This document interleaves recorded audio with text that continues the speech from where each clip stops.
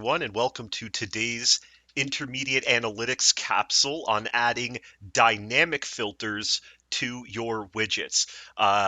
This is much like the previous capsule where we are going to add filters to our widget, and this filter is going to be done in the same section, and it can be applied to other widgets like charts and uh, bulletins and tables in the filter section as well. But we're going to work with the same indicator widget just to keep familiarity going here. What we're hoping to accomplish today and why you would want to use a dynamic filter is reason number one, maybe you have a lot of different staff members or users viewing your report. You can have it reflect their data that they create or that they've participated in or that they're assigned to, so that when someone goes to view the report, it's only what they've created or assigned to or what they've maybe participated in. So we'll cover that. And also another one we'll cover is how we could set up a date range so that maybe the data is always looking at the previous quarter. So that's why you'd want to use it, is to, one, always just have a revolving date type thing that automatically adjusts, or number two, you want to have a lot of staff members viewing the same report, but you want the data to only be what they're or what is relevant to them. So really excited to show you this today. Let's go ahead and get into it. So we're going to start on the widget level, much like we did in the previous capsule video. Then we'll navigate over to the report level and do it with the customization menu. So as always, you want to be inside of your widget and you want to hit the edit button. Now, when you're thinking communications in this case, and a common dynamic filter for a user or staff member would be the creation user of a record, or the participant of a communication that is a staff member, or the relationship manager of an individual or organization. These are all really great use cases for this filter because it's a great way to pull up, as mentioned, what someone is assigned to, what someone has participated in, and make it relevant just to that viewer. So let's take a look and see if we can add a filter to accomplish. Okay, so to add a dynamic filter, it's exactly like adding our simple filters. We just have to hit the add filter button. Now, some of the fields that are commonly used are sometimes hidden. For example, the creation user is a very good dynamic filter if you're looking to display data of the current creation user that's viewing this report. Things like the assignee, the responsible person, the relationship manager, the staff member that participated inside of a communication. Those are all fair game for dynamic filters. Think about any data that will relate back to your users or staff member registry for this first one we're going to cover. In this case, maybe I want to set up this widget so that every time a user is viewing it, if they are the staff member involved in the communication, that it will just show what they are the participant of. And I will not have to set this up again for every user.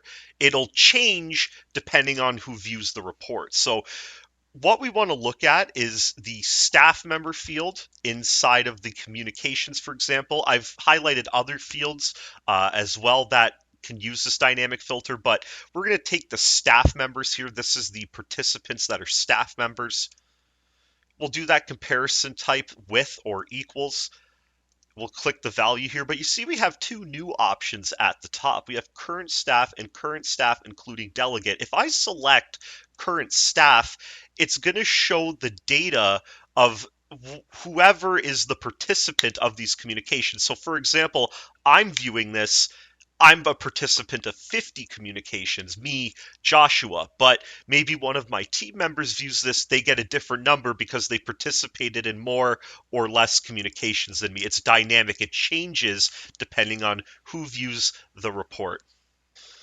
Another dynamic filter is the date filter. Anything that involves a date, think date of communications, creation date of a record, assessment date. There's a lot of date values inside of Borealis. They could be made dynamic in a way where, say, for example, you always want to look back on the previous month. You could set up a filter saying, give me the previous month, and every month the report will just automatically adjust back to look at the month before.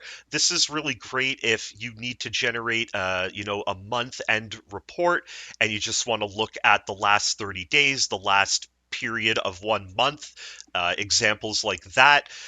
This will just automatically generate the report at the end of every month for that time period that you set out. So let's get into that one now. I'm going to show you how to do it. All right, so we're going to go ahead and add in a second filter to our widget now. So what we could do is it's just the same as we did last time. We just can hit the add filter button here. Now, if I were to talk a bit about this dynamic filter, I would say that most date values work very well for it. So you can always just type in date and you'll get a whole bunch of date type records, even some things that you may not see when you're viewing a communication, like the creation date, for example. So I want to take the date that my communications have actually happened here, but this is a date type dynamic filter, really good for reports that need to look back a month in the past. So, for example, it's January now.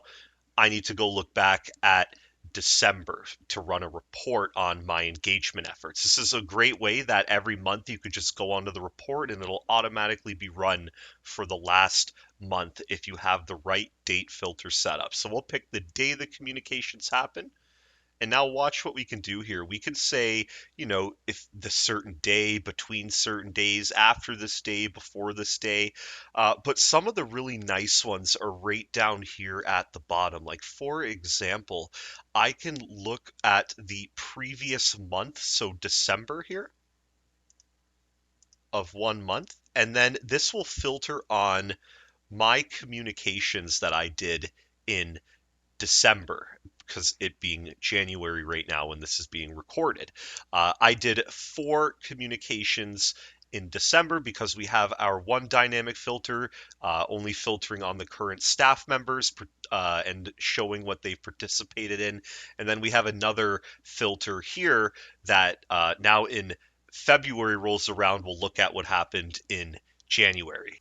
Okay, now that we know how to add a or 2 different types of dynamic filters in this case to a widget, let's go ahead and do it in the customization menu inside of a report. We're going to go actually back to the report that we were previously working on in the last capsule. Okay, so we're back at our report where we've already applied some of our simple filters. If you remember, we have one widget showing our total number of phone calls, and then we have another widget showing our total number of sponsored events.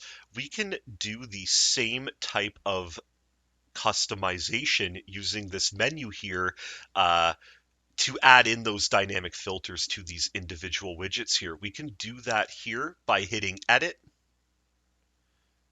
and we can just go ahead and hit customize.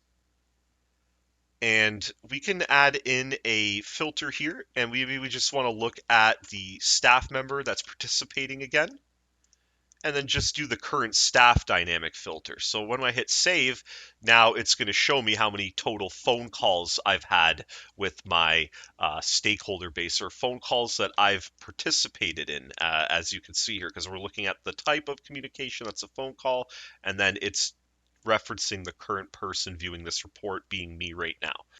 And that would be all for dynamic filters today. Thank you for watching this video in the intermediate analytics capsule. We'll go ahead and see you in the next one inside of this capsule here. So thanks again for watching. Hope you learned something new. Have a great one.